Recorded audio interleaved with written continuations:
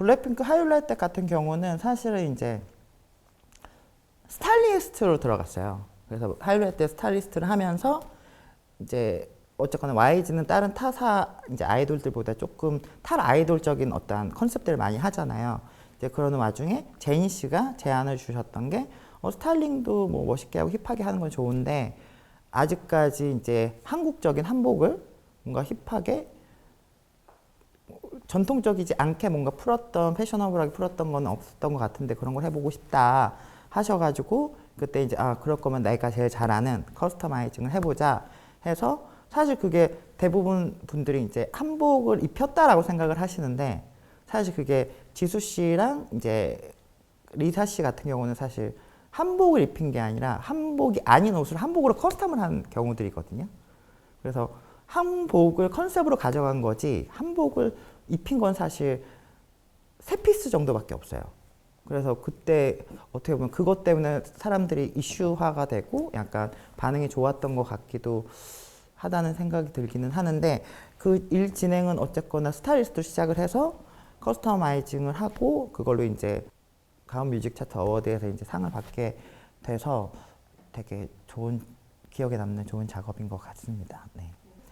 커스터마이징 사실 시작하게 된 거는 빅뱅 때 이제 YG의 이제 지은 이사님이라고 빅뱅 스타일리스트 하시던 분이 있는데 어떻게 하다가 이제 맨 처음엔 주얼리를 저한테 이제 의뢰를 하셨었어요. 근데 주얼리 의뢰를 하시다가 제가 원래는 만화를 그리고 그림을 그렸었기 때문에 혹시 자켓에 이러이러한 그림들이 그려주시는 것도 가능하실까요? 이제 말씀을 하셨어가지고 한번 해보자 해가지고 이제 권지용 씨 자켓이라든지 뭐 빅뱅 이제 뮤직비디오 필요한 소품이랑 뭐 의상이랑 이제 뭐 저희끼리 이제 스페셜 피스들이라고 하는데 사실 그 당시에는 막 갑옷이라든지 그런 걸 만들어준 업체들이 없었어 가지고 그래서 제가 그런 거를 이제 다 만들어주면서 그때 이제 판타스틱 베이비가 들어있었던 얼라이브 앨범에서 이제 판타스틱 베이비에 나왔던 뭐 그 투명한 그 얼굴 그 투구가 있거든요. 그런 거라든지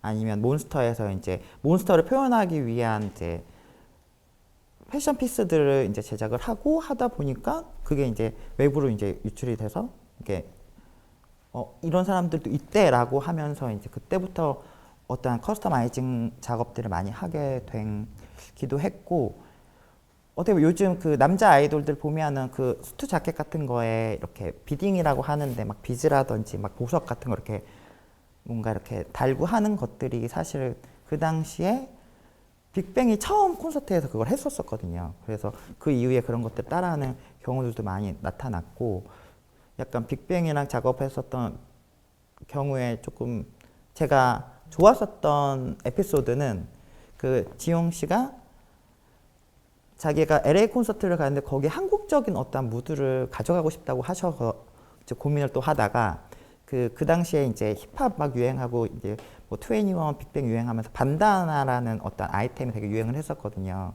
이제 반다나가 이제 그 위에 특유의 무늬들이 있는데 그 무늬를 가지고 그럼 우리가 내가 태극기를 그려봐야지 하고서는 이제 지용 씨 자켓 뒤에다가 반다나 형식으로 태극기를 그리고 그 밑에 이제 올드스쿨 스타일의 이제 타투 그림을 그려가지고서는 LA에 이제 공연 때 입으셨는데 그게 또 반응이 또 좋았어가지고 태극기를 또 알리는 또 어떤 계기가 됐었던 에피소드가 있기는 합니다. 네. 이게 비주얼 디렉터랑 스타일리스트랑 뭐 크리에이티브 디렉터, 아트 디렉터 이게 사실은 아티스트랑 작업하는 방식이 다 다르긴 하거든요.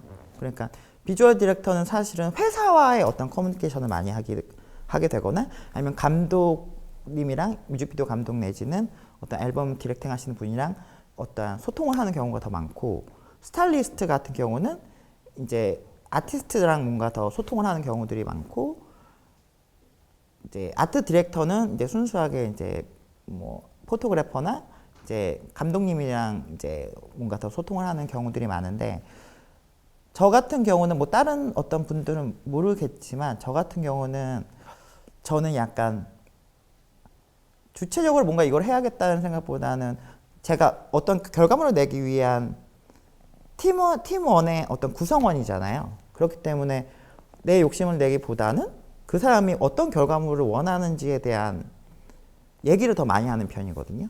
그 얘기를 해서 그 대상이 아티스트가 됐던 뭐 감독이 됐던 회사가 됐던 이 사람들이 이 결과물이 나왔을 때 대중이 어떻게 느꼈으면 좋겠어요 라든지 어떤 걸 어떻게 봤으면 좋겠는지를 더 물어보는 편이어서 그렇게 되면 사실 그분들은 고민을 해야 되는 상황에 놓이잖아요. 아, 내가 정말 뭘 해야 될까? 그럼 그렇게 하려면은 뭘 조금 더 생각을 해봐야 될까라는 고민을 하는 과정이 사실은 그분들한테도 영감을 주는 시간이 되고 그거를 가지고 또 같이 얘기를 하면서 저도 또 고민을 하게 되니까 그게 영감을 받는 시간이 되는 거지. 사실은 뭐 어떤 영감을 받았으니까 내가 이 작업을 해야 돼 라는 거는 개인 작업하는 작가분들한테나 더 적합한 어떠한 거지.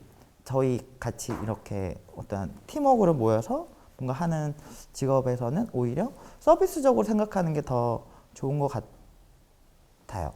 작업을 했을 때 좋은 시간이라고 해야 될까? 좋은 부분도 그 아티스트나 아니면 그 대상이 원하는 거를 마음껏 얘기를 할 때 제가 그걸 이제 다 들으면서 그걸 다 할 수는 없으니까 그러면 이런 부분에 이렇게 연결을 해서 이렇게 해가지고 이렇게 비주얼로 보여주면 좋겠다라는 어떤 공식을 만들 때가 사실은 제일 즐겁고 재밌지 그 결과물을 이렇게 만드는 어떤 과정은 사실 너무 힘이 들어서 네, 그런 기획을 하는 단계가 제일 재밌는 단계이긴 한 것 같아요. 네.